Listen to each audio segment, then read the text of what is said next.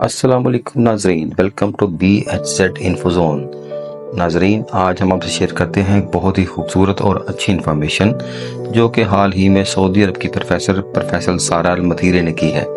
ناظرین، انہوں نے ہمارے لیے کچھ نصیحتیں کی ہیں۔ وہ کہتی ہیں کہ میں یہ نصیحتیں ان لوگوں لیے کر رہی ہوں جو چاہے 50 سال، 60 سال یا اس سے اوپر کی عمر کو پہنچ چکے ہیں۔ ناظرین، اللہ پاک ہم سب کو فرما برداری، صحت اور عافیت عطا فرمائے۔ ناظرین، ان کی پہلی نصیحت یہ ہے کہ ہر سال حجامہ کرائیں، چاہے آپ بیمار ہوں یا نہ ہوں، یا آپ کو کوئی مرض بھی لاحق نہ ہو۔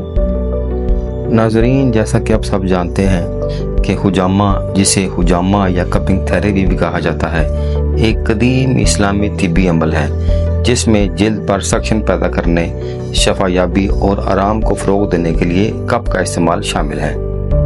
حجامہ کی جڑیں روایتی عربی طب میں ہیں جو کہ پیغمبر اسلام صلی اللہ علیہ وآلہ وسلم کے زمانے سے ملتی ہیں۔ یہ صدیوں سے مشرق وسطیٰ اور ایشیا میں بڑے پیمانے پر رائج ہیں۔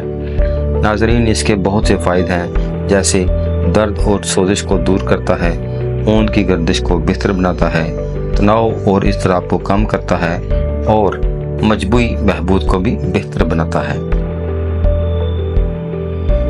ناظرین، ان کی دوسری نصیحت یہ ہے کہ ہمیشہ پانی پئیں، چاہے آپ کو پیاس لگے یا نہ لگے۔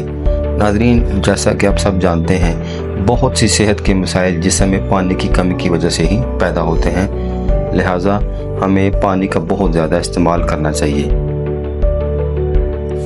ناظرین، ان کی تیسری نصیحت یہ ہے کہ جسمانی سرگرمی ضرور کریں، چاہے آپ جتنے بھی مصروف ہوں، لیکن اپنے جسم کو ضرور حرکت دیں، چاہے وہ صرف چلنا ہو یا تیراکی کرنا ہو یا کسی اور قسم کی ایکسرسائز جو کہ آپ کر سکتے ہوں، وہ بہت ضروری ہے۔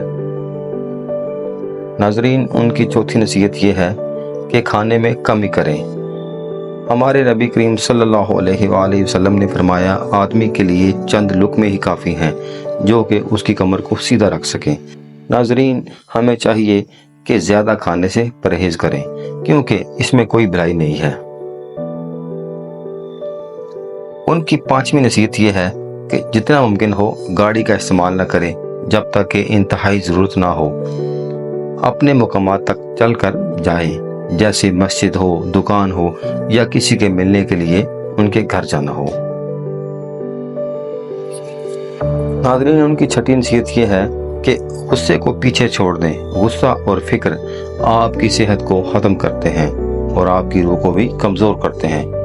ناظرین، وہ کہتی ہیں، اپنے آپ کو ایسے لوگوں کے ساتھ رکھیں جو آپ کو بہت سکون دیتے ہوں۔ ناظرین، ان کی ساتویں نصیحت یہ ہے کہ اپنے پیسے کو دھوپ میں رکھو اور خود سائے میں بیٹھو۔ اپنے آپ کو یا اپنے ارد گرد کے لوگوں کو محروم نہ رکھو۔ پیسہ زندگی کو سہارا دینے کے لیے ہے، زندگی پیسہ نہیں ہے، اس لیے ہمیں چاہیے کہ پیسے کے پیچھے مت بھاگیں۔ ناظرین، ان کی آٹھویں نصیحت یہ ہے کہ اپنی روح کو کسی کے لیے، کسی چیز کے لیے جسے آپ حاصل نہیں کر سکتے، یا کسی بھی چیز کے لیے جو آپ کے پاس نہیں ہے، اس کے لیے افسوس میں نہ رہیں، بلکہ اس کو بھول جائیں، کیونکہ اللہ پاک نے جو آپ کے مقدر میں لکھا ہے وہ آپ کو ضرور ملے گا، اور جو آپ کے مقدر میں نہیں ہے وہ آپ کو کبھی بھی نہیں ملے گا، لہٰذا ان چیزوں کے لیے آپ کبھی پریشان نہ ہو۔ ان کی نویں نصیحت یہ ہے کہ ہمیشہ عاجزی اختیار کریں، کیونکہ دولت، مرتبہ، طاقت اور اثر و رسوخ سب غرور کے ساتھ زوال پذیر ہو جاتے ہیں۔ عاجزی آپ کو لوگوں کے قریب لاتی ہے اور اللہ کے ہاں آپ کے مقام کو ضرور بلند کرتی ہے، لہٰذا ہم سب کو چاہیے کہ ہمیشہ عاجزی میں رہیں اور اپنے پروردگار کی عبادت کریں۔ ناظرین، ان کی 10ویں نصیحت یہ ہے، اگر آپ کے بال سفید ہو گئے ہیں تو اس کا مطلب یہ نہیں کہ زندگی ختم ہو گئی ہے، یہ ایک نشانی ہے کہ زندگی کا بہترین حصہ ابھی شروع ہو رہا ہے۔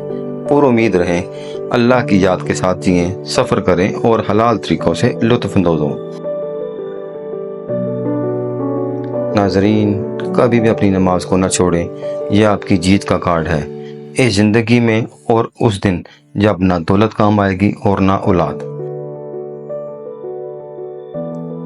ناظرین، اگر آپ کو یہ باتیں اچھی لگی ہیں تو ان کو ضرور پھیلائیں تاکہ یہ دوسرے لوگوں کو بھی کام آ سکیں اور ان سے وہ لوگ فائدہ اٹھا سکیں۔ ناظرین، نبی کریم صلی اللہ علیہ وآلہ وسلم نے فرمایا، جو بھلائی کی طرف رہنمائی کرتا ہے وہ بالکل ایسے ہی ہے جیسے وہ بھلائی کرنے والا ہو۔ ناظرین، امید ہے آپ کو ہماری یہ انفارمیشن ضرور پسند آئی ہوگی۔ ہمارے چینل کو ضرور لائک کریں، شیئر کریں اور سبسکرائب کریں۔ شکریہ۔